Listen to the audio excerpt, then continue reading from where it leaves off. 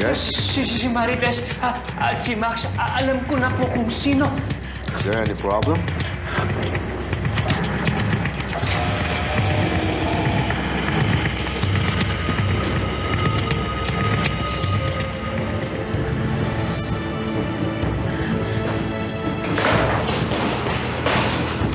Sa kulturang Pilipino, marami tayong kwento ng mga doppelganger na nagpapakita sa mga tao.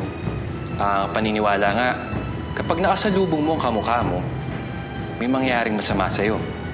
Sa mitolohiyang Pinoy naman, marami kasi tayong creatures na kayang kumopya ng anyo ng isang tao.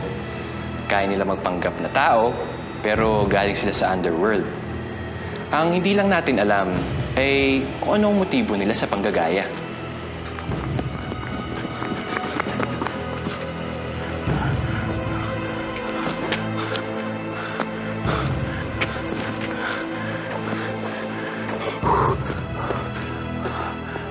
Enteng. Sinisira mo naman ang plano ko. Ay, no. Bakit mo ba ako nalalabanan? Di ba ito ang gusto mo? Hindi mo ba natandaan?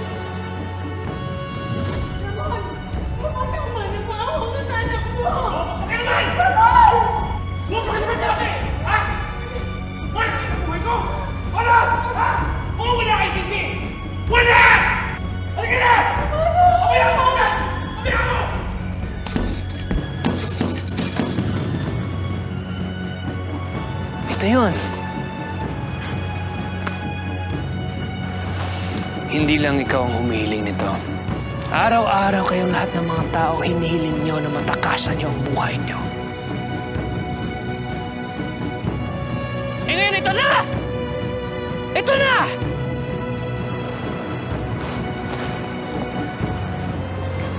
Tingnan mo to.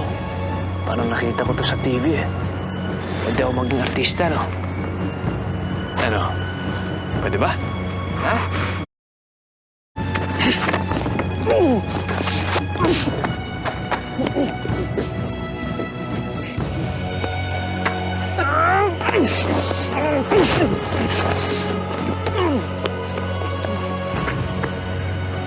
Pangit ka!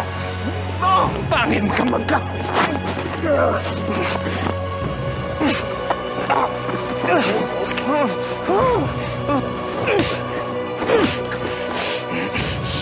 Huwag ka nang lumapan, Enteng. Papalitan ka na namin lahat. Mas magaling, mas karapat-dapat kami kaysa sa inyo! Naintindihan mo? Matagal na kami naghintay. Nakatago na kami sa dilim. Ito nang panahon namin, Enteng. Papasok na ako sa'yo.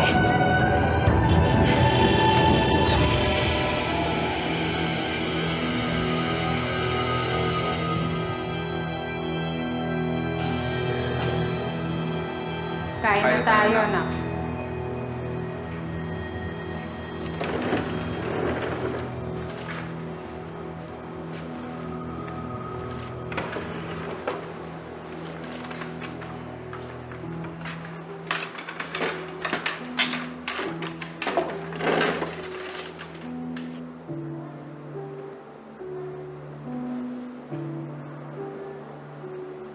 Wala na si Enteng.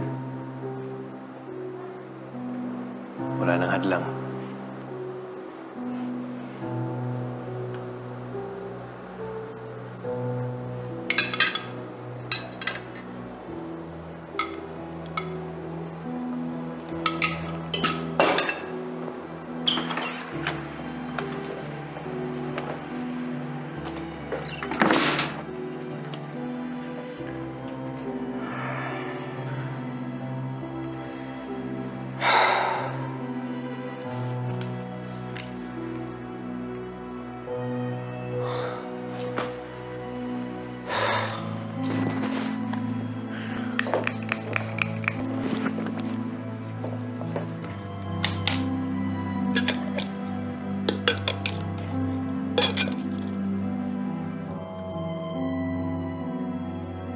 Hindi ko alam kung ano kababalaghan to.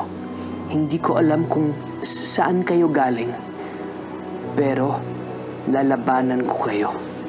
Kahit gaano pa kayo kakarami, kahit gaano pa kayo kakalakas, iilalantad ko ang mga tunay na mukha niyo.